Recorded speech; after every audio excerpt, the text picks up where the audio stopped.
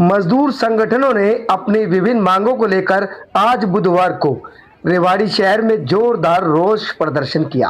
प्रदर्शनकारी भारतीय मजदूर संघ के बैनर तले नेहरू पार्क में एकत्रित हुए और वहां से सचिवालय तक रोष मार्च निकाला। इसके बाद उन्होंने मुख्यमंत्री के नाम अपनी 17 सूत्रीय मांगों का ज्ञापन सौंपा। इस दौरान कर्मचारियों ने सरकार के खिलाफ जमकर नारेबाजी की। वक्ताओं ने अपने संबोधन में सरकार पर निजीकरण को बढ़ावा देने और कर्मचारियों की अनदेखी करने का आरोप लगाया। उन्होंने कहा कि यदि समय रहते कर्मचारियों की मांगों को पूरा नहीं किया गया तो आंदोलन को और तेज किया जाएगा। कर्मचारी नेताओं ने चेतावनी देते हुए कहा कि सरकार ने यदि उनकी समस्याओं पर गंभीरता से विचार नहीं किया तो इसके परिणाम भुगतने पड़ सकते हैं। भारतीय मजदूर संघ द्वारा सौंपे गए मांग पत्र में प्रमुख रूप से सभी कर्मचारियों को सेवा सुरक्षा देने, विभिन्न समस्याओं में कार्यरत अनुबंधित कर्मचारियों को HKRNL में शामिल करने, बिजली निगम कर्मचारियों को अंशदायी पेंशन के स्थान पर हरियाणा सिविल सेवा पेंशन योजना में शामिल करने, अक्टूबर 2025 से पहले नियुक्त कर्मचारियों को पुरानी पेंशन योजना का लाभ देने, CPLO को पूर्ण कर्मचारियों का दर्जा देकर पंचायत के अधीन करने तथा आंगनवाड़ी कार्यकर्ताओं और सहायिकाओं को सरकारी कर्मचारी का दर्जा देने जैसी मांगें शामिल रही। प्रदर्शन के माध्यम से कर्मचारियों ने सरकार से शीघ्र उनकी मांगों पर सकारात्मक निर्णय लेने की अपील की। ज्ञापन दिया गया था।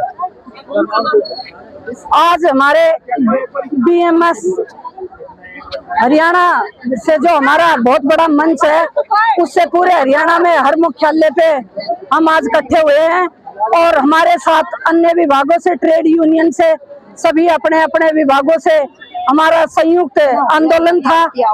इसमें आंगनवाड़ी का 50 साल का विभाग हो गया, जो कि सरकार ने, जो कि हमारे कोर्ट ने आदेश है कि 50 साल से ऊपर किसी विभाग को नहीं रखा जाता। इसको सरकारी कर्मचारी में हमें दर्जा दिया जाए और जल्द से जल्द हमारी नीति और रीति हर विभाग के दायरे में रख के बनाई जाए और जिस भी विभाग को जैसे जैसे परेशानियां हो रही है, इनको तुरंत प्रभाव से हटाया जाए। और जिला मंत्री होने के नाते मैं ये कहना चाहूंगी कि सरकार इनकी जल्द से जल्द सुनवाई करे। अभी तो हमारी संख्या लाखों में है और अगर आंदोलन जारी रखा गया और आने वाले निकट भविष्य में हमारे परिवार की संख्या भी इसी में जुड़ जाएगी, क्योंकि जो सरकार हमारे साथ अभी तक रीति और नीति अपना रही है उसमें सिवाय परेशानियों के और मतलब इतना परेशानी उठानी पड़ रही है एक वर्कर को कि वही ऑफलाइन काम, वही ऑनलाइन काम ना। अभी तक इन्होंने खाली रिक्त पद भरे हैं। एक बहन कम से कम 10 साल से 2 आंगनवाड़ी सेंटर संभाल रही है और ना अभी कोई सुपरवाइजर के लिए कोटा निर्धारित किया गया है। 50% के कोटे में 25% जो कोटा बढ़ाया गया है उसमें आयु सीमा समाप्त की जाए। मैं यही कहना चाहूंगी, जो हमारे साथ जो विभाग है सभी का हमने जो ज्ञापन दिया है उसको जल्द से सुनवाई की जाए।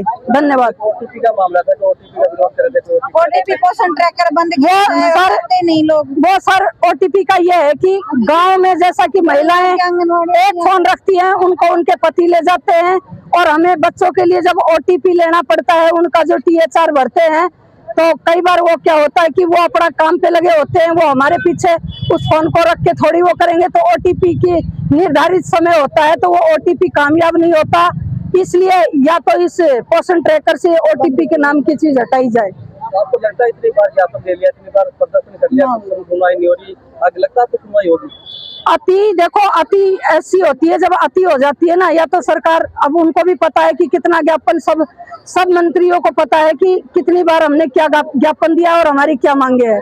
जब अति हो जाएगी तो ये महिलाओं का दल बल है, 90% महिलाएं ही काम करती है इस आंगनवाड़ी विभाग में, तो वो जब अपना चंडी का रूप धारण करेगी तो सरकार को भी पता चली जाएगा।